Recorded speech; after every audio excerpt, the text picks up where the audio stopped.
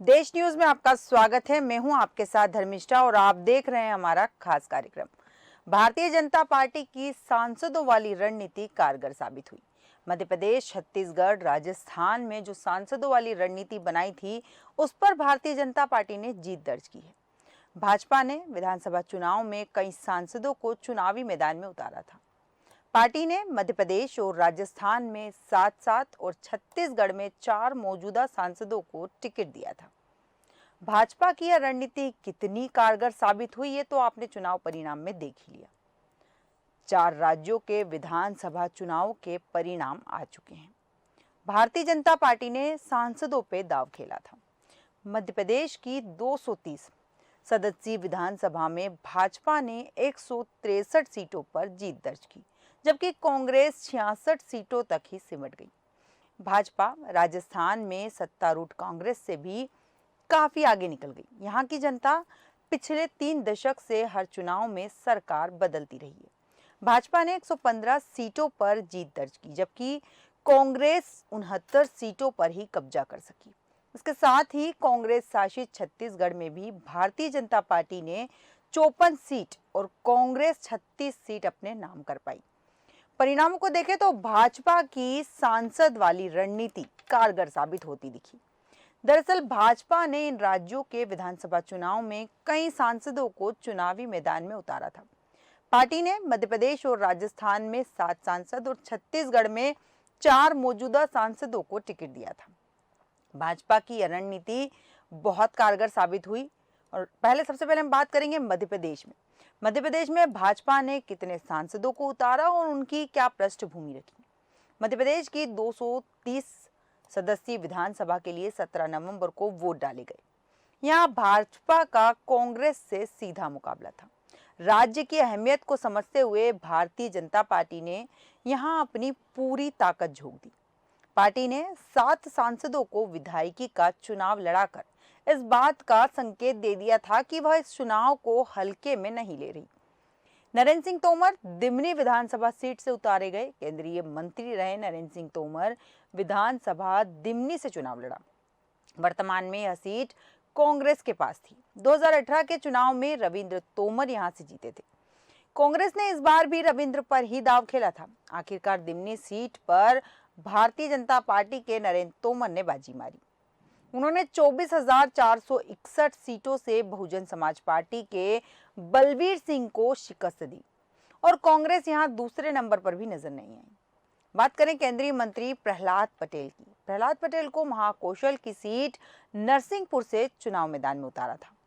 वर्तमान में यह सीट भारतीय जनता पार्टी के ही पास है। 2018 के चुनाव में प्रहलाद पटेल के भाई जालम यहां से चुनाव जीते थे, लेकिन इस बार उनके स्थान पर उनके बड़े भाई प्रहलाद पटेल को टिकट दिया था। आखिरकार उन्होंने 31,310 वोटों से कांग्रेस के लखन सिंह पटेल को हरा दिया। अब बात करते हैं केंद्रीय मंत्री फग्गन सिंह कुलस्ते की। मंडला की निवास सीट से चुनाव प्रत्याशी थे। ये सीट भी महाकौशल में आती थी। कांग्रेस ने सिटिंग एमएलए का टिकट काट कर चैन सिंह को टिकट दिया था। अभी ये सीट कांग्रेस के पास है, जिसे जीतने का दबाव कुलस्ते पर था। भाजपा के उम्मीदवार फग्गन सिंह कुलस्ते कांग्रेस के प्रत्याशी चैन सिंह से 9,723 वोटों से हार गए। उदय प्रताप सिंह की यहाँ हम बात करेंगे। सांसद है उदय राव प्रताप सिंह, जो है नरसिंहपुर की गाडरवारा सीट से उम्मीदवार थे। ये सीट भी महाकौशल में आती है। कांग्रेस की सुनीता पटेल उदय राव के सामने थी। ये सीट अभी कांग्रेस के पास ही थी। हालांकि इस सीट पर भाजपा के प्रत्याशी ने 56,529 वोटों से जीत दर्ज की। आगे बढ़ेंगे, सीधी सीट की बात करेंगे। सांसद रीति पाठक को भारतीय जनता पार्टी ने सीधी सीट से चुनाव लड़ाया। यहाँ भारतीय जनता पार्टी के बागी केदार शुक्ल ने रीति पाठक की मुश्किलें बढ़ा रखी थी। कांग्रेस ने यहां से ज्ञान सिंह को टिकट में उतारा और रीति पाठक ने सीधी सीट से जीत दर्ज की। गणेश सिंह सतना, सांसद गणेश सिंह सतना से प्रत्याशी थे। उनका मुकाबला कांग्रेस के सिद्धार्थ कुशवाहा से था। ये सीट अभी कांग्रेस के पास है। भाजपा के गणेश सिंह को कांग्रेस प्रत्याशी ने 4,041 वोटों से शिकस्त दी। राकेश सिंह सांसद है। जबलपुर पश्चिम से चुनाव मैदान में थे। उनके सामने कांग्रेस के पूर्व मंत्री तरुण भनोट थे। ये सीट कांग्रेस के पास थी, लेकिन अब यहाँ समीकरण बदलते दिखे। राकेश सिंह ने यहाँ 30,134 वोटों से इस सीट पर जीत दर्ज की। राजस्थान में भी कई सांसदों पर भारतीय जनता पार्टी ने दांव लगाया था। राज्यवर्धन सिंह राठौड़ को झोटावाड़ा विधानसभा सीट से चुनाव मैदान में उतारा।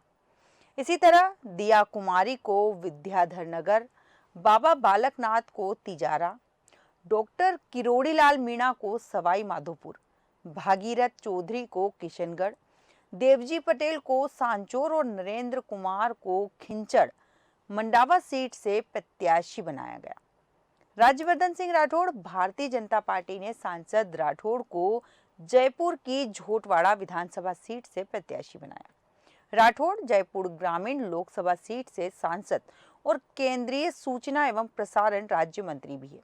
इनका जन्म 29 जनवरी 1970 को जैसलमेर में हुआ। राठौड़ पूर्व निशानेबाज भी रहे। राज्यवर्धन ने इस सीट पर 50,167 मतों से जीत दर्ज की। बात करेंगे अगली दिया कुमारी। भाजपा ने इन्हें विद्याधर नगर सीट से प्रत्याशी बनाया था। ये सीट भी जयपुर जिले में आती है। दिया कुमारी का जन्म जयपुर में हुआ था। वे राजसमंद सीट से सांसद हैं। इससे पहले वे सवाई माधोपुर से विधायक भी रह चुकी है। जयपुर की राजकुमारी दिया जयपुर के महाराजा सवाई सिंह और महारानी पद्मिनी देवी की बेटी है। 10 सितंबर 2013 को राजनीतिक सफर की शुरुआत करते हुए दिया भारतीय जनता पार्टी में शामिल हुई थी। दिया कुमारी ने 71,368 वोटों से जीत दर्ज की। बाबा बालकनाथ विधानसभा चुनाव में भाजपा ने तिजारा विधानसभा सीट से इन्हें प्रत्याशी बनाया था। ये राजस्थान के अलवर जिले की सीट है। बालकनाथ वर्तमान में अलवर लोकसभा सीट से सांसद और बाबा मस्तनाथ विश्वविद्यालय के चांसलर भी हैं। वह नाथ संप्रदाय के 8वें प्रमुख महंत थे। बाबा बालकनाथ का जन्म 16 अप्रैल 1984 को कोहराना गांव में हुआ था। भाजपा के बाबा बालकनाथ ने कांग्रेस के प्रत्याशी इमरान खान को 6,173 मतों से हरा दिया। डॉक्टर किरोड़ीलाल मीणा राज्यसभा सांसद हैं और भाजपा ने सवाई माधोपुर से सीट दी थी। मीणा किसान छवि के नेता है और पूर्वी राजस्थान में उनकी पकड़ मजबूत है। इसी का नतीजा है कि उन्हें प्रदेश में बाबा के नाम से भी जाना जाता है। किरोड़ीलाल भाजपा के टिकट पर चुनाव लड़कर कई बार विधायक और सांसद बन चुके हैं। एक ये भाजपा से अलग होकर पीए संगमा की पार्टी राष्ट्रीय जनता पार्टी यानी राजपा में शामिल भी हो गए थे, लेकिन सफलता नहीं मिली। एक बार दौसा से निर्दलीय चुनाव लड़कर सांसद भी बन चुके हैं। 71 साल के सांसद मीणा का जन्म 3 नवंबर 1951 को दौसा में हुआ था। हालांकि इस विधानसभा सीट पर भी उन्होंने 22,510 वोटों से जीत दर्ज की। भागीरथ चौधरी की अगर हम बात करें तो भाजपा ने सांसद चौधरी को किशनगढ़ सीट से प्रत्याशी बनाया था।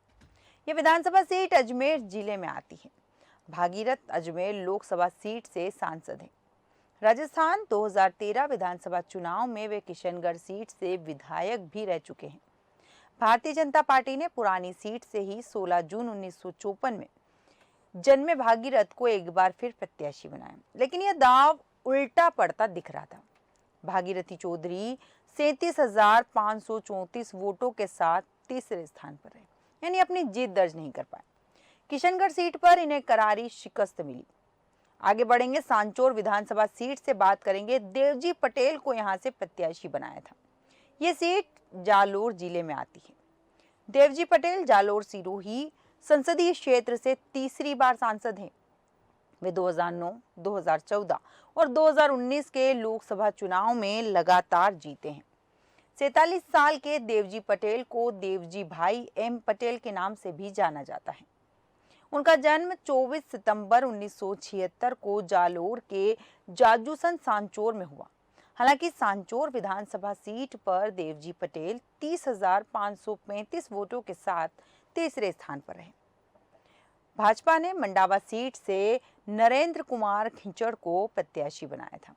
ये सीट प्रदेश के झुंझुनू जिले में आती है। नरेंद्र वर्तमान में लोकसभा सीट झुंझुनू से ही सांसद है। नरेंद्र अपने क्षेत्र में प्रधान जी के नाम से लोकप्रिय हैं। नरेंद्र 2004 में भाजपा में शामिल हुए थे और 2008 में चुनाव लड़े, लेकिन हार का सामना करना पड़ा। 2013 में भाजपा ने टिकट नहीं दिया तो निर्दलीय चुनाव लड़ा और जीत दर्ज कर विधायक बने। इसके बाद फिर भारतीय जनता पार्टी का दामन थाम लिया। 2018 में भी विधानसभा चुनाव जीते। इस बार फिर भाजपा ने उन्हें टिकट दिया, लेकिन वे कमाल करते दिखाई नहीं दिए। मंडावा सीट से नरेंद्र कुमार 18,717 वोटों से हार गए। छत्तीसगढ़ में 4 सांसदों की किस्मत पर दाव लगाया था भारतीय जनता पार्टी ने। छत्तीसगढ़ की 90 विधानसभा सीटों के लिए 2 चरणों में चुनाव कराए गए। पहले चरण के तहत 20 सीटों पर 7 नवंबर और दूसरे चरण के तहत 70 सीटों पर 17 नवंबर को वोट डाले गए थे। भाजपा ने यहां अपने 4 सांसदों को चुनावी मैदान में उतारा था। रेणुका सिंह को भरतपुर से केंद्रीय राज्य मंत्री सरगुजा संसदीय सीट से सांसद है और रेणुका सिंह 2003 में विधायक रह चुकी है। केंद्रीय मंत्री बनने के बाद क्षेत्र में उनका जनाधार बढ़ा था। वे प्रेमनगर सीट से 2003-2008 में विधायक भी रह चुकी है। रेणुका सिंह ने भरतपुर सोनहर सीट से 4,919 सीटों से जीत दर्ज की। गोमती साय रायगढ़ लोकसभा सीट से सांसद हैं। उन्हें भाजपा ने पत्थलगांव विधानसभा सीट से प्रत्याशी बनाया। उनका मुकाबला कांग्रेस के रामपुकार सिंह ठाकुर से था। भाजपा के गोमती साय ने कांग्रेस प्रत्याशी राम पुकार सिंह ठाकुर को केवल 255 वोटों से शिकस्त दी। अरुण साव लोरमी बिलासपुर संसदीय सीट से सांसद हैं। साव पार्टी के प्रदेश अध्यक्ष भी हैं। अरुण साव को लोरमी से चुनाव मैदान में उतारा गया था। बिलासपुर से सांसद होने के कारण साव का प्रभाव कई सीटों पर है, इसलिए उन्हें उम्मीदवार बनाया गया।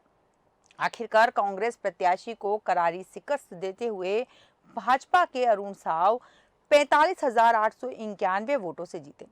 विजय बघेल पाटन विजय बघेल 2019 में पहली बार लोकसभा के लिए चुने गए। उन्होंने दुर्ग लोकसभा सीट से चुनाव जीता था। इससे पहले वे 3 बार विधानसभा चुनाव भी लड़ चुके हैं। इस बार पार्टी ने उन्हें चाचा और प्रदेश के मुख्यमंत्री भूपेश बघेल के सामने मैदान में उतारा था। उन्होंने कड़ी टक्कर भी दी। दोनों कई बार एक दूसरे से आगे भी निकले। हालांकि अंत में विजय बघेल अपने चाचा और प्रदेश के मुख्यमंत्री भूपेश बघेल से चुनाव हार गए। राजस्थान में रिवाज बना रहा। अशोक गहलोत का जादू वोटरों पर काम नहीं कर पाया। यहाँ भाजपा ने बिना सीएम की घोषणा के चुनाव लड़ा और तमाम आलोचनाओं, आशंकाओं और दरकिनार करते हुए बड़ी जीत हासिल की। अब जीत के बाद जरूर सीएम पद को लेकर राज्य से केंद्र तक राजनीतिक समीकरण देखे जाएंगे। उधर कांग्रेस को भी यह देखना होगा कि तमाम लोक लुभावन योजनाएं वोटरों को उसके करीब क्यों नहीं ला सकी। छत्तीसगढ़ के नतीजे कांग्रेस से ज्यादा भाजपा के लिए चौंकाने वाले रहे। यहाँ अपनी जीत को लेकर कांग्रेस जितना सुनिश्चित थी, भाजपा को उतना ही भरोसा मोदी और अमित शाह के दौरों पर था। दावा तो था कि पार्टी मजबूत होकर आएगी, पर इतनी बड़ी जीत मिल जाएगी यह अंदेशा नहीं था। अब भूपेश बघेल ही नहीं, कांग्रेस के पूरे केंद्रीय नेतृत्व को अपनी योजनाओं और उनके प्रचार प्रसार के साथ ही पीपुल कनेक्ट पर फिर से विचार करने की जरूरत है। मध्य प्रदेश के वोटरों ने पूरे देश को चौंका दिया है। जितनी बड़ी जीत भाजपा हासिल कर रही है, उसकी उम्मीद तो शायद खुद पार्टी भी नहीं की थी। निश्चित रूप से इसका श्रेय लाडली बहना जैसी सफल योजना और पार्टी के केंद्रीय नेतृत्व के राजनीतिक दूरदर्शी को ही जाएगा। हालांकि यह भी सच है कि इस बड़ी जीत से पार्टी की वोटरों के प्रति जिम्मेदारी भी उतनी ही ज्यादा बढ़ गई। हालांकि कांग्रेस के लिए जरूर अपनी हार के कारणों पर आत्मचिंतन करने की जरूरत महसूस हो रही है। हमारे आज के खास कार्यक्रम में फिलहाल इतना ही। आप बने रहिए देश न्यूज के साथ।